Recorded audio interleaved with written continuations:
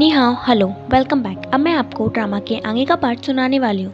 Second episode की starting होती है जैसे कि हमने लास्ट एपिसोड में देखा था कि साउथर्न को अपने फ्यूचर का विजन आता है, जिसमें हमें ये पता चला है कि साउथर्न एक रियल एस्टेट एजेंट है जो कि क्यू तानार की बॉडी में गलती से टाइम ट्रेवल की वजह से फंस गई है। तो मैं आपको आगे की कहानी सुनाती हूँ। साउथर्न सो के उठती है और जिनसिंग से टाइम पूछती है, जिस पर वो बताती है कि अभी दोपहर हो गई है। जिस पर साउथर्न पूछती है कि वो उस गार्ड रूम से कैसे निकली। तभी वहाँ पर कॉन्क्यूबिन की मेड आ जाती है और उसे बताती है कि आज 7 बजे उसे अपना सामान प्रिंस के यहाँ पर भेजना था, पर उसने ऐसा क्यों नहीं किया।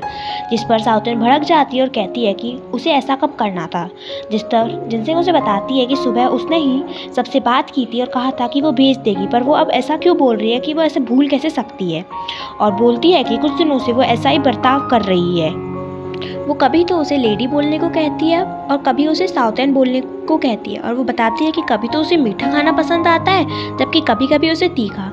इस पर साउथर्न सोचने लगती है कि ऐसा कैसे हो रहा है। वो सोचती है कि कहीं ये ऐसा तो नहीं हो रहा कि उसे टाइम ट्रेवल की वजह से अमनेशिया हो गया, वो चीज़ें भूलने लगी है और फालतू फालतू की बेवकूफ़ से भरी थ्योरी निकालने लगती है। जैसे कि उसने इतने सारे ड्रामास देखे हैं, उनमें तो ऐसा कभी नहीं हुआ, पर ऐसा क्यों हो रहा है। इन सब को सुन के जिनसिंग हैरान हो जाती है और उसे एक एम्ब्रॉयडरी दिखाती है और बताती है कि ये देखिए आपने इसे बनाया था, इसकी वजह से आप गार्ड रूम से बाहर निकली। जिस पर साउथर्न उसे कहती है कि उसने ऐसा कब बनाया, वैसे उससे झूठ क्यों बोल रही है। उधर उसी टाइम पे मोलेंग चेंग और साउथर्न की शादी की तैयारी चलती है और उनकी शादी हो जाती है। जिसके बाद साउथर्न जिनसिंग के साथ 8th प्रिंस के मेंशन में आ जाती है और वहाँ आके वो जिनसिंग से अपने कंधे की मसाज करवाती है। और उसके बाद वो बेड को देखने लगती है और कहती है ये वो बेड नहीं है जिसे वो ढूंढ रही है।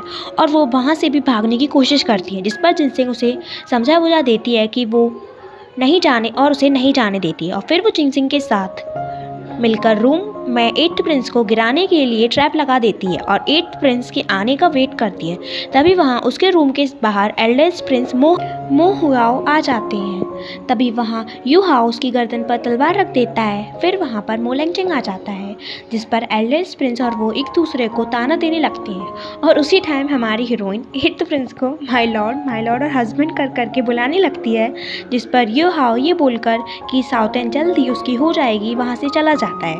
और 8th प्रिंस अंदर आता है और वो ट्रैप्स को देख लेता है और उनसे बचकर साउथर्न के करीब आ जाता है। जिस पर साउथर्न उसे दूर करने लगती है, पर मोलेंग चेंग नहीं जाता और कहता है कि वो उसकी पत्नी है, वो कुछ भी कर सकता है। जिस पर साउथर्न उसे बताते हैं कि उसके पेट चल रहे हैं, इसलिए वो वहाँ से चला जाए। जिस पर 8th प्रिंस चला जाता है और साउथर्न अपनी ही ट्रैप में फंसकर खुद पर ही पानी गिरा देती है और मोलेंग चेंग को गाली देना शुरू कर देती है। तो फिर वहाँ दूसरे दिन जब वो उठती है तो वो एक नोबल वुमन की तरह बिहेव करती है और जिनसिंग से एल्डेस्ट प्रिंस के बारे में पूछती है। जिस पर जिनसिंग उसे बताती है कि आपके माय लॉर्ड करने की वजह से वो वहाँ से चले गए और उसके और 8th प्रिंस के बीच कल कुछ भी नहीं हुआ था।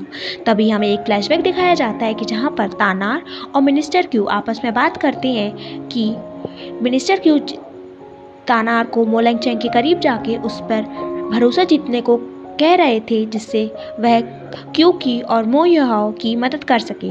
और स्टोरी वापस प्रेजेंट में आ जाती है, जहां पर साउथर्न जिनसिंग से कहती है कि वो उसके बिहेवियर को देखती रहे और उसे फालतू बकवास न करने दे। जिनसिंग भी उसे उसके अजीब बर्ताव के बारे में बताती है। तभी तानार अपने आप से बात करती है और कहती है कि अब साउथर्न उसकी बॉडी में बहुत देर तक रहने लगी है और उसका मतलब ये है कि तानार को साउथर्न के बारे में पता है।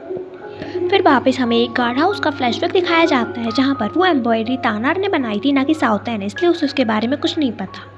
तभी हमें यूहाओ दिखाया जाता है, जो कि मोलेंग चेंग को बताता है कि उसकी दोनों कॉन्क्यूबिन तानार से मिलने गई हैं। और ये भी बोलता है कि जब उसे पता है कि उन दोनों कॉन्क्यूबिन में से एक एल्डेस्ट प्रिंस की जासूस है, तब भी वह उन्हें मिलने क्यों दे रहा है। जिस पर मोलेंग चेंग एक वाइजली बात कहता है कि हमें हमारे डिसएडवांटेज को एडवांटेज बनाते हुए काम करना चाहिए, जिससे हमें बाद में बहुत ज़्यादा फ़ायदा होगा। इसके बाद वो यूहाओ को वापस उन पर नज़र रखने के लिए भेज देता है। उधर वो दोनों कॉन्क्यूबिन तानार के यहाँ पहुँचती हैं और उसे ग्रीट करती हैं, पर वो उसे बहुत ज़्यादा ताने भी सुनाती हैं, पर बहुत ज़्यादा चालाकी से। फिर वो उसकी और एल्डेस्ट प्रिंस के अफेयर के बारे में भी बात करती हैं, जिस पर तानार को गुस्सा आ जाता है और वो कहती है कि वो वहाँ से चली जाए। जैसे ही वो जाने लगती हैं, तब तक तानार को एक कॉन्क्यूबिन गिरा देती है, जिसकी वजह से वो बेहोश हो जाती है। पर जैसे ही वो उठती है, वो उसकी बॉडी में साउथर्न आ चुकी होती है। फिर साउथर्न उन सबको एक जोक मारते हुए कहती है कि क्या कभी उसने ये सुना है कि एक सास को बहू ने मारा हो, जिस पर वो दोनों मना कर देती हैं, पर उसके बाद साउथर्न उन दोनों की बुरी तरीके से पिटाई करती है और यहीं ये एपिसोड ख़त्म हो जाता है। कुछ प्रॉब्लम की वजह से मैं इसमें थर्ड पार्ट ऐड नहीं कर पाई, तो मैं थर्ड फोर्थ फिफ्थ एपिसोड आपको साथ में एक्सप्लेन करूँगी। तब तक के लिए bye bye, see you, Tata.